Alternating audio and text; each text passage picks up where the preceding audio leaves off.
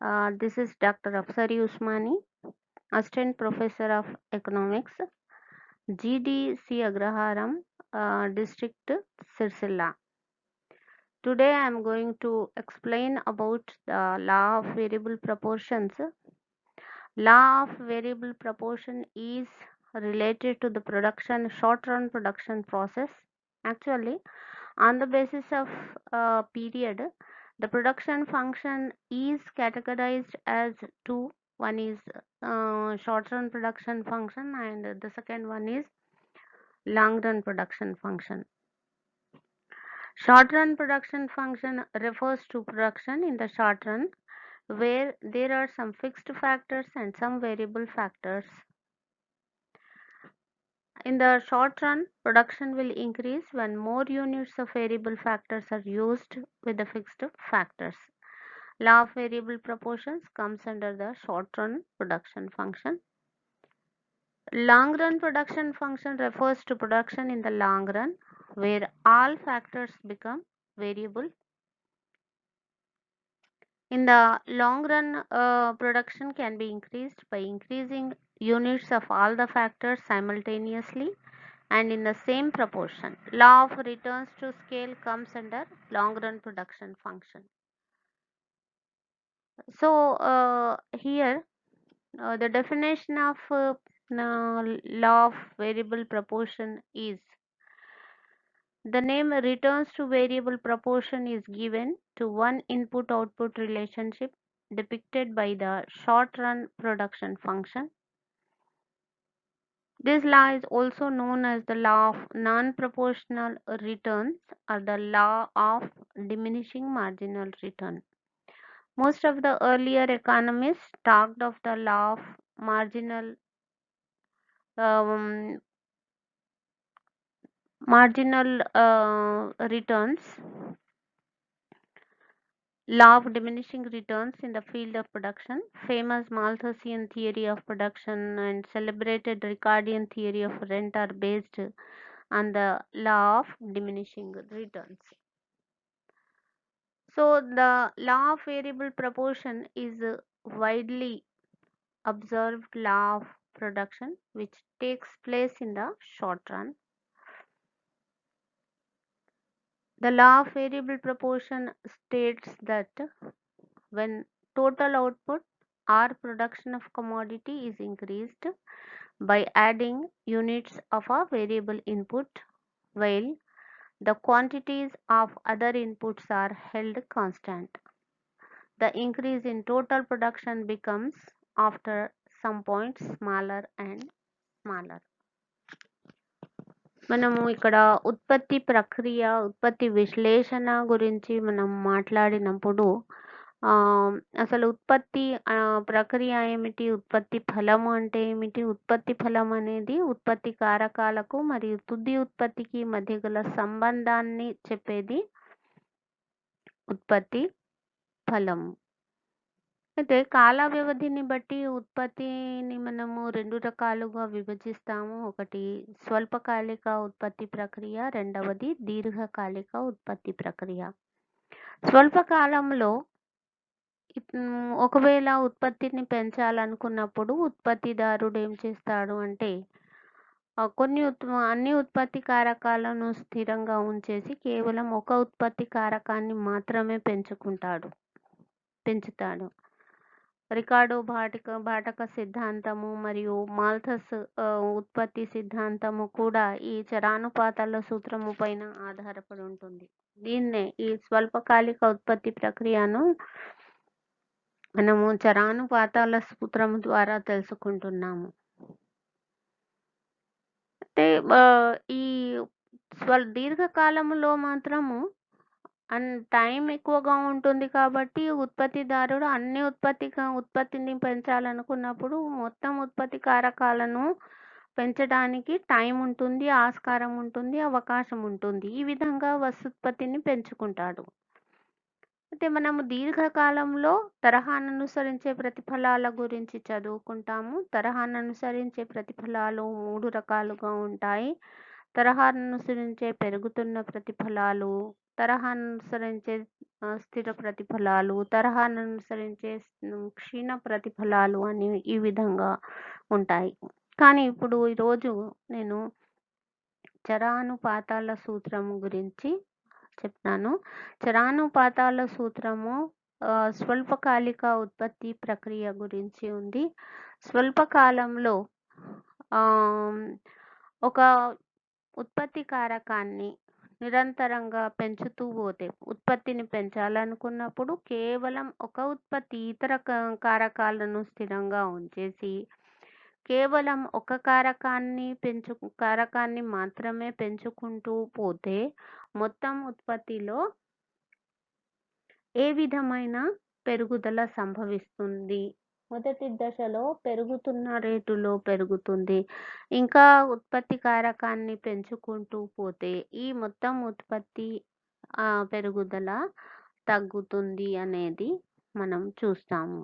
ఇది ఉత్పత్తి ప్రక్రియలో, ఉత్పత్తి విశ్లేషణలో చరానుపాతాల సూత్రం అనేది ప్రముఖ పాత్రను వహిస్తుంది. చరానుపాతాల సూత్రం యొక్క ముఖ్యమైన ప్రమేయాలేమిటి? The assumptions of the law. First one is state of technology remains the same.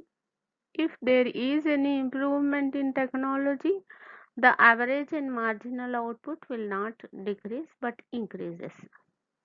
The second assumption is all units of variable factors are homogeneous. The third one is there must always be some fixed input which cannot be increased in the short term. The fourth one, only one factor is variable and the other factors are kept constant. The fifth assumption is it is possible to vary the proportions in which the various inputs are combined. This law does not apply to those cases where the factors must be used in rigidly fixed proportions to yield of a product. ఇక్కడ మనము ప్రమేయాల గురించి మాట్లాడినప్పుడు, ఈ సూత్రం యొక్క ముఖ్యమైన ప్రమేయాల గురించి మాట్లాడినప్పుడు సాంకేతిక పరిజ్ఞానం అంటే ఉత్పత్తి ప్రక్రియ ఈ కాల వ్యవధిలో టైంలో సాంకేతిక పరిజ్ఞానంలో మార్పు రాకూడదు, ఉండకూడదు. అప్పుడే ఇది వర్తిస్తుంది. తర్వాత రెండవ ముఖ్యమైన ప్రమేయం ఏమిటి అంటే అన్ని ఉత్పత్తి కారకాలు చరకారకాలు మరియు ఒకే విధంగా ఉంటాయి. అంటే సజాతీయమైన ఉత్పత్తి కారకాలు దాని యొక్క లక్షణాలు ఒకే విధంగా ఉంటాయి. తర్వాత ఉత్పత్తి కారకాలు ఉత్పత్తి ప్రక్రియ విషయంలో అంటే చరానుపాతాల సూత్రం గురించి చెప్పినప్పుడు కొన్ని ఉత్పత్తి కారకాలను స్థిరంగా ఉంచేసి టైం తక్కువగా ఉంటుంది కాబట్టి కొన్ని ఉత్పత్తి కారకాలు స్థిరంగా ఉంటాయి. ఒక ఉత్పత్తి కారకం మాత్రమే చరకారకంగా ఉంటుంది. ఈ విధంగా తర్వాత ఉత్పత్తి ప్రక్రియలో అన్ని కారకాలు స్థిర కారకాలు ఉన్నప్పుడు ఈ సూత్రం అనేది వర్తించదు.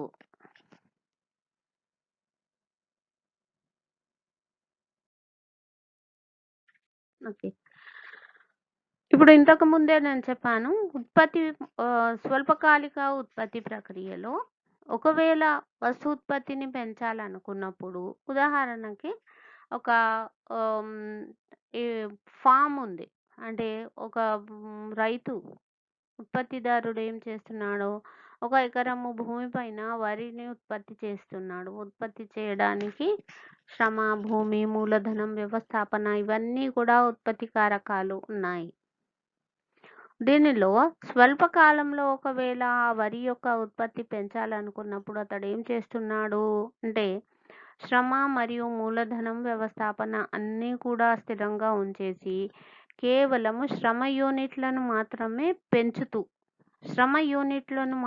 పెంచుతూ వస్తూత్పత్తిని పెంచుతున్నాడు. అంటే శ్రమ యూనిట్లను పెంచినప్పుడు మొత్తం ఉత్పత్తిలో ఈ మొత్తం ప్రక్రియలో అంటే చరానుపాతాల సూత్రము ప్రూఫ్ చేయడానికి ఉండే ఈ ప్రక్రియలో మొత్తం ఉత్పత్తిలో ఎటువంటి మార్పు సంభవించింది, సగటు ఉత్పత్తిలో ఎటువంటి మార్పు సంభవిస్తుంది మరియు ఉపాంతోత్పత్తిలో ఏ విధమైన మార్పు సంభవిస్తుంది అనేది మనము చదువుకుంటాము. ఫస్ట్ ఈ ఈ ఈ మొత్తం ఉత్పత్తి, సగటు ఉత్పత్తి మరియు ఉపాంతోత్పత్తి యొక్క సంబంధము తెలుసుకునే ముందు ఫస్ట్ మనం మొత్తం ఉత్పత్తి మనకు ఎలా వస్తుంది, సగటు ఉత్పత్తి తెలుసుకోవాలంటే దానికి ఏ ఫార్ములా ఉంటుంది, తర్వాత ఉపాంతోత్పత్తి మనకు ఎలా తెలుస్తుంది, ఎలా వస్తుంది అనేది ఫస్ట్ తెలుసుకుందాము. మొత్తం ఉత్పత్తి అనేది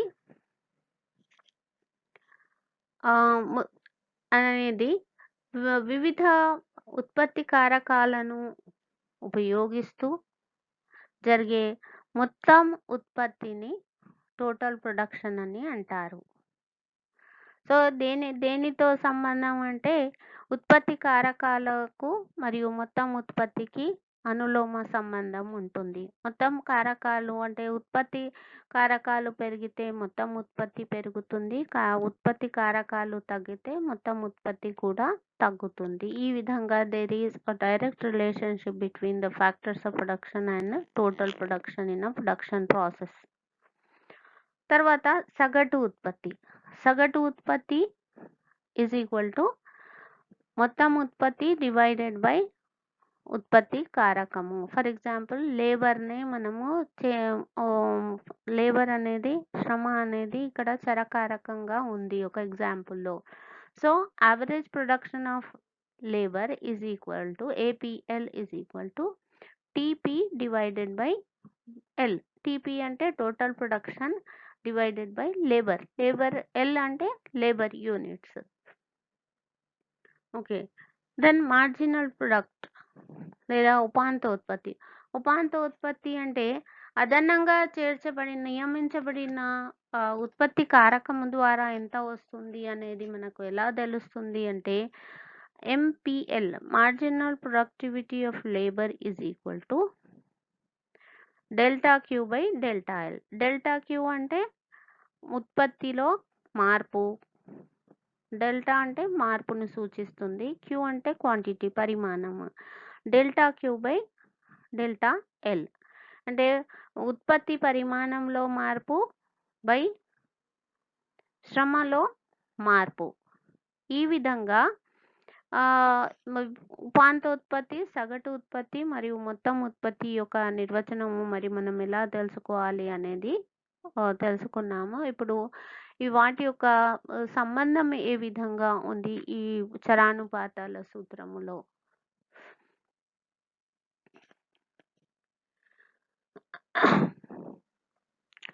ఇక్కడ ఒక వస్తువును ఉత్పత్తి చేయడానికి, వస్తువు యొక్క ఉత్పత్తిని పెంచడానికి ఇతర ఉత్పత్తి కారకాలను స్థిరంగా ఉంచేసి కేవలం ఒక ఉత్పత్తి కారకాన్ని మాత్రమే పెంచినప్పుడు ఏ విధమైన మార్పులు ఈ మూడు అంటే మొత్తం ఉత్పత్తి, సగటు ఉత్పత్తి, ఉపాంతోత్పత్తిలో ఎటువంటి మార్పులు సంభవిస్తున్నాయి అనేది మనం ఇక్కడ తెలుసుకుందాము. ఇక్కడ first one is the relationship between total productivity, average productivity and marginal productivity in short period. 1. Average productivity curve is the slope of the straight line from the origin to each point on the total productivity curve. Marginal productivity curve is the slope of the total productivity curve at each point. The second point is when average productivity is maximum, marginal productivity and average productivity is equal. ఇక్కడ ఒక వస్తువు యొక్క ఉత్పత్తిని పెంచాలనుకుని ఉత్పత్తి కారకము శ్రమ యొక్క పరిమాణాన్ని పెంచినప్పుడు ఏం జరుగుతుంది? సగటు ఉత్పత్తి అనేది కొంచెము ఫ్లాట్‌గా కనబడుతుంది. సగటు ఉత్పత్తి రేఖ. అంటే ఓఎక్స్ ఓ బిందువు నుంచి వచ్చినప్పుడు సగటు ఉత్పత్తి అంతగా పెరగడం, తగ్గడం అనేది ఉండదు. తర్వాత అదే సమయంలో మొత్తం ఉత్పత్తి అనేది పెరుగుతున్న రేటులో పెరుగుతుంది. తర్వాత సగటు ఉత్పత్తి మాక్సిమం ఉన్నప్పుడు సగటు ఉత్పత్తి, ఉపాంతోత్పత్తి రెండూ కూడా సమానంగా ఉంటాయి. నెక్స్ట్ ఇంకా ఆ శ్రమ యూనిట్‌ని మనం పెంచుతూ పోతే మొత్తం ఉత్పత్తి గరిష్ట స్థాయికి చేరుతుంది. మొత్తం ఉత్పత్తి గరిష్ట స్థాయికి చేరినప్పుడు ఉపాంతోత్పత్తి శూన్యమవుతుంది. ఇక్కడ చూడండి. మొత్తం ఉత్పత్తి గరిష్ట స్థాయికి చేరినప్పుడు ఉపాంతోత్పత్తి శూన్యమవుతుంది. తర్వాత ఇంకా ఉత్పత్తి కారకాన్ని మనం పెంచుతూ పోతే మొత్తం ఉత్పత్తి గరిష్ట స్థాయికి మొత్తం ఉత్పత్తి తగ్గడం ప్రారంభిస్తుంది. ఎప్పుడైతే మొత్తం ఉత్పత్తి తగ్గుతుందో ఉపాంతోత్పత్తి శూన్యమవుతుంది, నెగెటివ్ అవుతుంది. ఓకే. మొత్తం ఉత్పత్తి ఎక్కడైతే గుణాత్మకంగా ఉంటుందో సగటు ఉత్పత్తి కూడా అదే విధంగా పాజిటివ్ ఉంటుంది. As long as total productivity is positive, average productivity is also positive. Both average productivity and marginal productivity curves are inverted U shape. అంటే ఉల్టాగా యూ షేప్లో ఉంటాయి. ఏది సగటు ఉత్పత్తి మరియు ఉపాంత ఉత్పత్తి ఉల్టా యూలో పెట్టినట్టు కనబడతాయి. ఎక్కడైతే when marginal productivity is more than average productivity, this means that average productivity is rising. ఉపాంత ఉత్పత్తి సగటు ఉత్పత్తి కంటే ఎక్కువగా ఉన్నప్పుడు దాని అర్థం ఏమిటి అంటే సగటు ఉత్పత్తి పెరుగుతుంది అని అర్థము. ఎక్కడైతే సగటు ఉపాంత ఉత్పత్తి మరియు సగటు ఉత్పత్తి సమానంగా ఉంటాయో అక్కడ సగటు ఉత్పత్తి స్థిరంగా ఉంటుంది. When marginal productivity is equal to average productivity, this means the average productivity is constant. When marginal productivity is less than average productivity, this means that average productivity is falling. So ఇక్కడ మనం చూసినప్పుడు ఇక్కడ మనము 3 దశలు చూస్తున్నాము. 3 దశలు చూస్తున్నాము. మనకు ఒకవేళ పట్టిక ద్వారా సూచిస్తే దీనిని అంటే ఈ సంబంధాన్ని మనము పట్టిక ద్వారా సూచిస్తే మనము ఇక్కడ 2 ముఖ్యమైన ఇవి 3 ముఖ్యమైన కాలమ్స్ తీసుకొని మొదటి కాలంలో ఉత్పత్తి కారకాల పరిమాణం స్కేల్ ఆఫ్ యూ ఇన్పుట్స్ తీసుకొని తర్వాత టోటల్ ప్రొడక్టివిటీ అనేది సెకండ్ కాలంలో, థర్డ్లో మార్జినల్ ప్రొడక్టివిటీ మనం తీసుకుంటే ఇక్కడ మనము 3 స్టేజెస్ చూస్తాము. ఒకటి ఇంక్రీజింగ్ రిటర్న్స్, రెండవది కాన్స్టాంట్ రిటర్న్స్, మూడవది డిక్రీజింగ్ రిటర్న్స్. అంటే పెరిగే దశ, స్థిర దశ మరియు క్షీణ దశ అని 3 చరానుపాతాల సూత్రంలో ఈ మొత్తం ఉత్పత్తి ప్రక్రియలో 3 ముఖ్యమైన దశలు స్టేజెస్ చూస్తాము. ఫర్ ఎగ్జాంపుల్ ఇక్కడ ఫస్ట్ ఒక ఉత్పత్తిదారుడు 1 లేబర్ ప్లస్ 1 క్యాపిటల్ తీసుకున్నప్పుడు మొత్తం ఉత్పత్తి ఎంత ఉంది అంటే 10 kgs మొత్తం ఉత్పత్తి ఉంది. దాన్ని మార్జినల్ ప్రొడక్టివిటీ లేదా ఉపాంత ఉత్పత్తి కూడా 10 అంటాము. తర్వాత ఇంకా వస్తూత్పత్తిని ఇన్పుట్ని పెంచినప్పుడు ఇక్కడ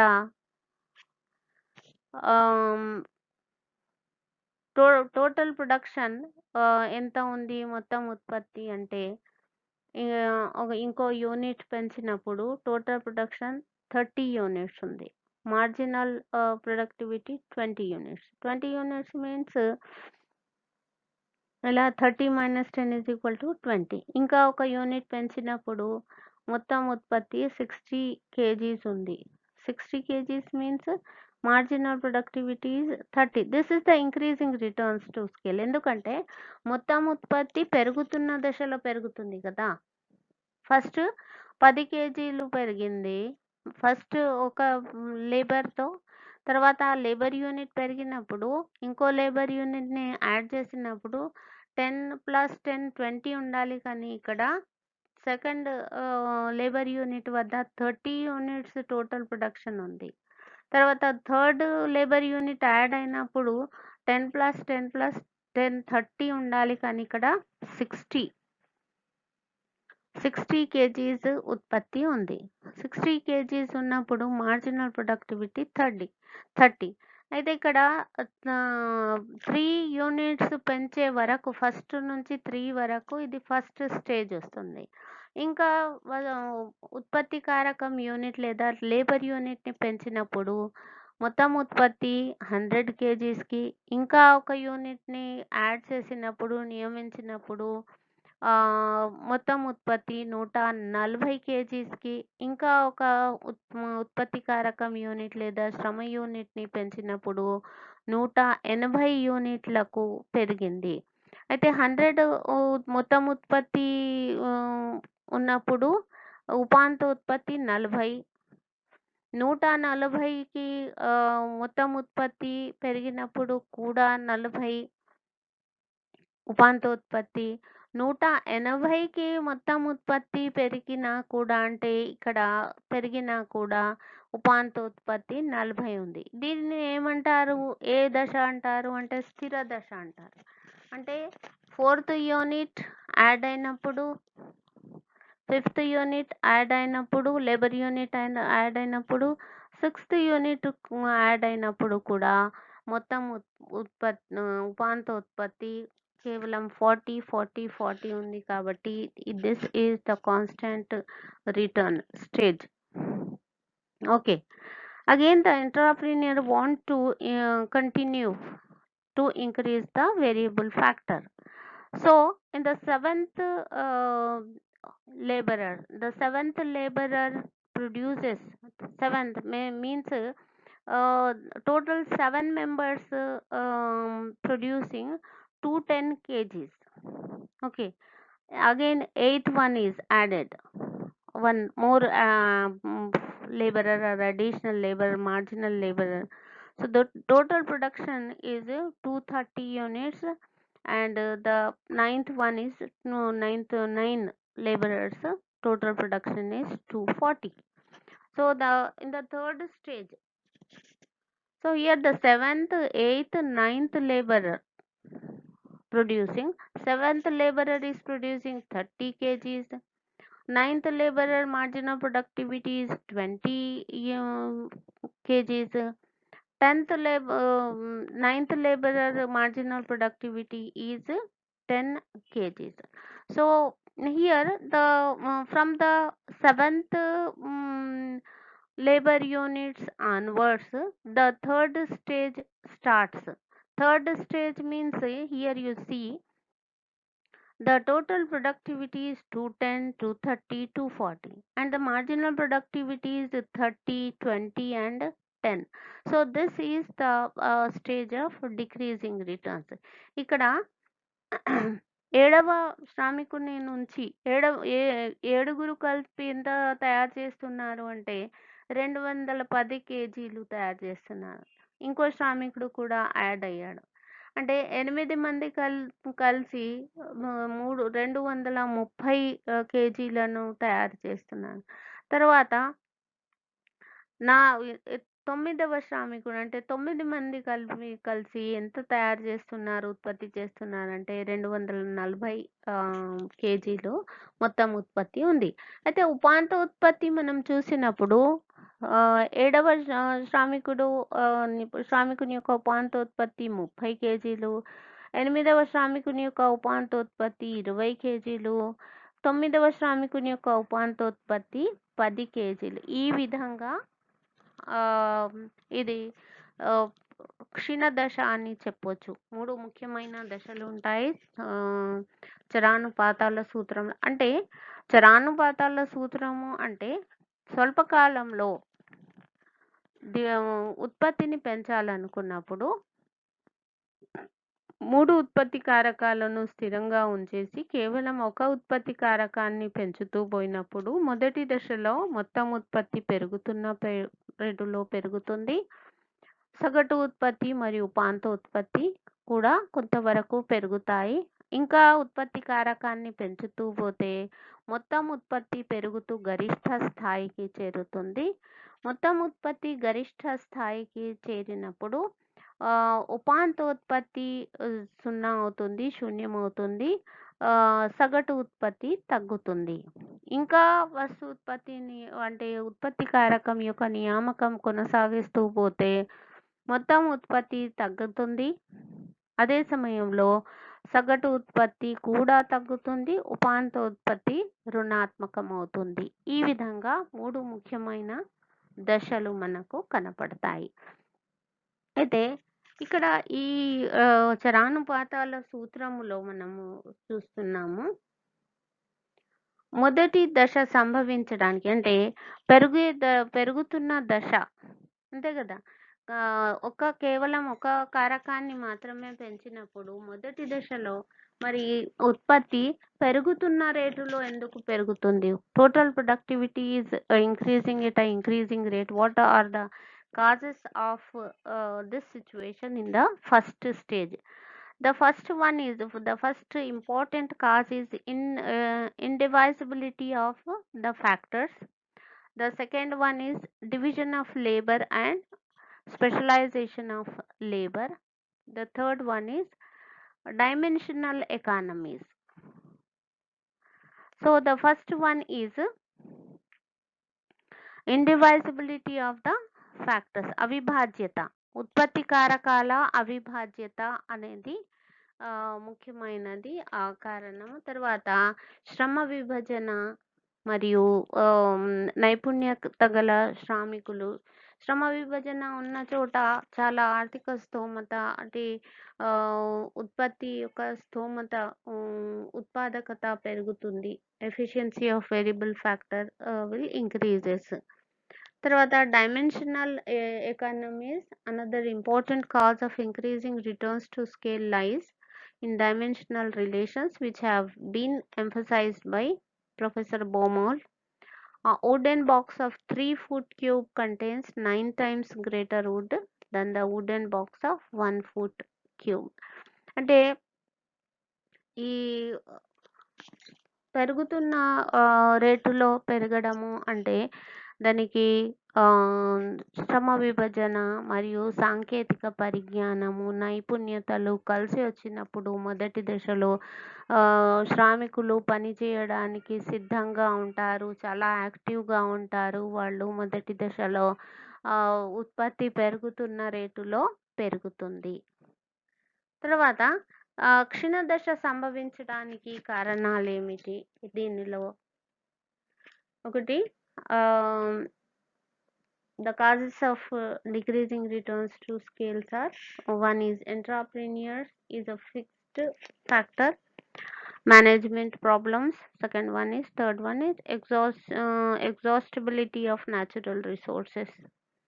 అదే క్షీణ దశ సంభవించడానికి వ్యవస్థాపన అనేది అంటే స్థిరకారకంగా ఉంటుంది కాబట్టి క్షీణ ప్రతిఫలాలు లేదా క్షీణ దశ సంభవిస్తుంది అనేది.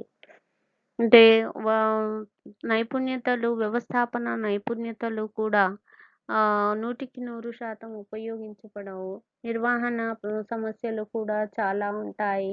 ముడి సరుకుల లభ్యత సరిగా లేకపోవడము, తర్వాత సమన్వయము సరిగా లేకపోవడము, కొందరు పని చేయడానికి సిద్ధంగా లేకపోవడము, కొన్ని రోజులు పనిచేసిన తర్వాత అంటే దానికి ఈజీగా తీసుకోవడము, లేజీనెస్ రావడము, శ్రామికుల్లో స్కిల్‌ఫుల్ లేబరర్స్ లేకపోవడము, ఇవి ముఖ్యమైన కారణాలు. తర్వాత ఆహ్, మామూలుగా ఆహ్, సహజ వనరుల విషయంలో మాత్రము క్షీణ క ప్రయో క్షీణ ఉత్పత్తి అనేది సంభవిస్తుంది అనేది కూడా ఒకటి ఉంది. ఫర్ ఎగ్జాంపుల్ భూమి కానివ్వండి, ఇది భూమి కూడా న్యాచురల్ రిసోర్సెస్ కి వస్తుంది. అయితే భూమి సారవంతము కూడా ఆహ్, అంటే కంటిన్యూయస్‌గా దానిలో ఉత్పత్తి జరుగుతూ ఉంటే దాని ఫర్టిలిటీ అనేది తగ్గుతుంది. సో, ఇది కూడా ఒక ముఖ్యమైన కారణము అని చెప్పొచ్చు. దీంతో నేను ఈ టాపిక్‌ని ముగిస్తున్నాను. Thank you.